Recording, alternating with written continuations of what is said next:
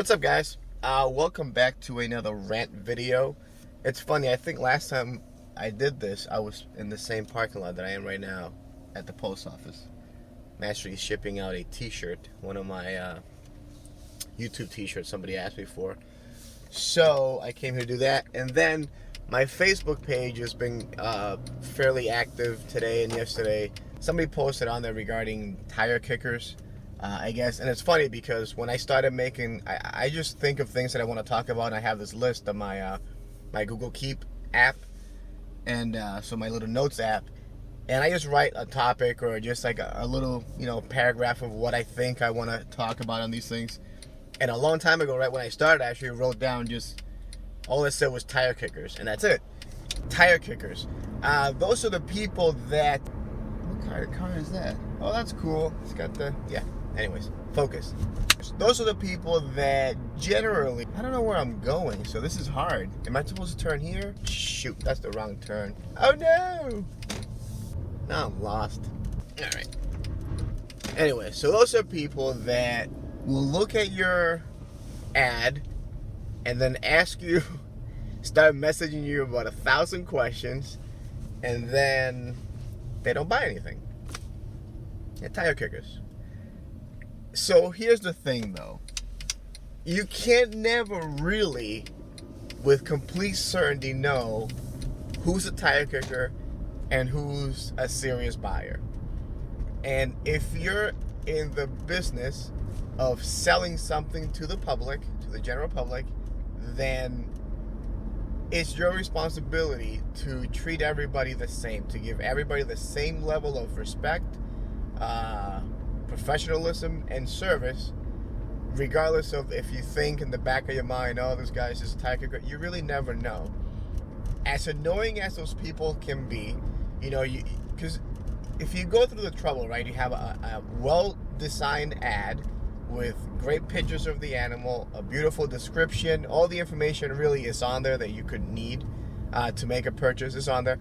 And I don't expect anybody to just click like buy it now and send me money and that's it. Like I don't know, like I want them to kind of either call me or email me or something so we can communicate a little bit so that I kind of have an idea of where my animals are going to and all that kind of thing. But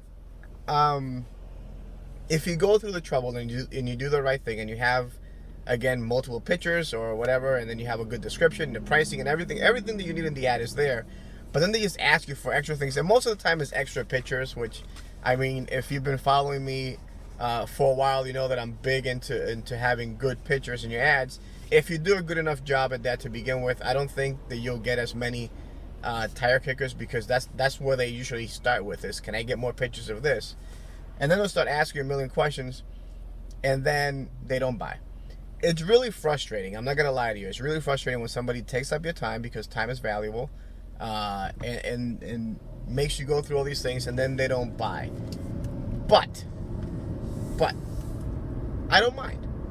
The reason why I don't mind is because, one, just because they didn't buy now doesn't mean that they're never going to buy.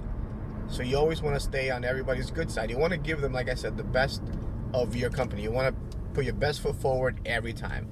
They might come back a month, 2 months, 6 months, a year from now, and remember, oh, well, he did help me out when I had those questions, so I'll consider buying from this person still.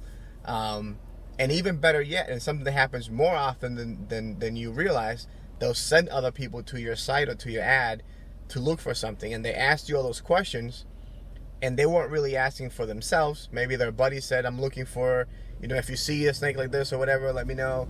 And so they did all the legwork for them and asked all their questions, and then went and told their buddy, and their buddy just sends you an email saying, here's the money, and that's it. And you never even realize that that's where it came from. You just never know all the things that could happen, that can come from it. So you just want to make sure that you treat everybody nicely and with respect and professionalism, so that you don't burn yourself. Now, with that out of the way, if you're the kind of tire kicker that asks for additional information and a bunch of extra pictures and all these things, and then when the seller provides all that, just drops off the face of the earth, F you. I mean, that's messed up. Seriously, like all it takes is for you to click reply and then write thank you. That's it. It's all we really want. You don't have to explain to me why you're not buying now. You don't have to give me a whole story, or I don't need any of that. But if you ask me for some information or for pictures or whatever, and I provided them to you, just a little bit of acknowledgement for the effort, the extra effort that I put into it for you would be nice. So yeah, don't just disappear. That's a pretty D-bag move, you know, to just take up someone's time and then just not say anything else back. That's not cool, so don't do that. So basically, if you're a seller and you get what you think is a tire kicker, it doesn't matter. Treat them nicely and treat them the same way that you would anybody else. And if you're that kind of person that just likes to ask for extra things, it's okay. I mean, I get it. You're curious. You want to learn. Whatever. It's fine. But at least, you know, say thank you. It'd be nice if you did that. And that's basically it for that. I don't see how much more I really need to say about it. I mean, if you're in retail, you kind of have to deal with it. It's part of the whole thing. You never know who's going to buy and who's not going to buy. So you just have to kind of go through the motions and do the same for everybody. And hopefully a sale will come out of it.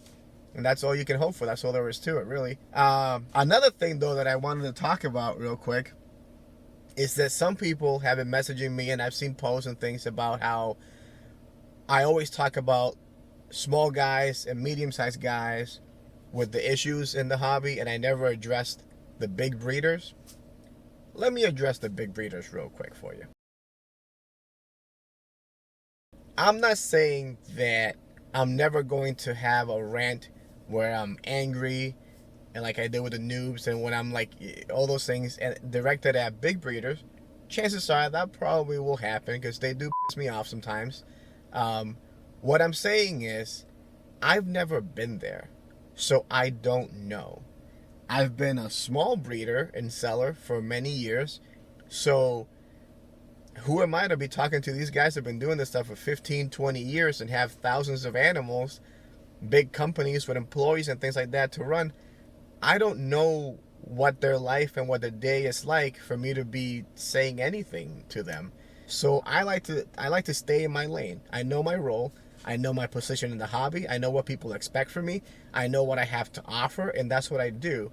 But I'm not trying to overstep, you know, my boundaries in this and talk about something that I have no right and no business talking about. So I'm not gonna do that. You know, for the people that want me to sit here and talk about big breeders crashing this and crashing that, I'm not gonna do that, because I don't know what's going through their minds or what's going on in their lives that makes them do the things that sometimes they do. I don't know why an animal goes from 50,000 to $5,000, you know, in 1 year basically. Like, I don't know how that could happen. I don't want to talk about that crap. I'll find somebody that can intelligently have a conversation with me on camera or over the phone about it, and then I'll convey it over to you guys. And that's basically it. Oh, for the people that are on my other channel, the Let's Talk Ball Pythons YouTube channel, I'm going to close that. Obviously, I've moved back to the Raphy Martinez channel. So if you're watching this, I'm going to upload this video to both. If you're watching this on Let's Talk Ball Pythons, that's the one that has like a few subscribers. I guess that'll be the easiest way for you to tell which channel you're watching on. So if it only has a few hundred subscribers, please click on the link that I'm putting somewhere on the screen here, and that'll bring you to the Raphy Martinez YouTube channel. And that's my main channel. That's the one that I've always used. I started the other one. I was trying to do something different, and I decided against it now. So everybody's back here. This is where all the videos will be. So subscribe to this one. And that's basically it. I was told I'm supposed to have like some sort of cool way to sign off from my videos. I'm just not cool enough to come up with one, I guess. I didn't say anything mean or directed at anybody in particular, so I can't talk about the shoe fitting this time. Usually that would be it. So I don't know. I'm sorry. I'm not cool enough to come up with a cool sign off for my videos. I'm lame that way. So I'll just see you guys in the next one. Thanks for watching. Bye.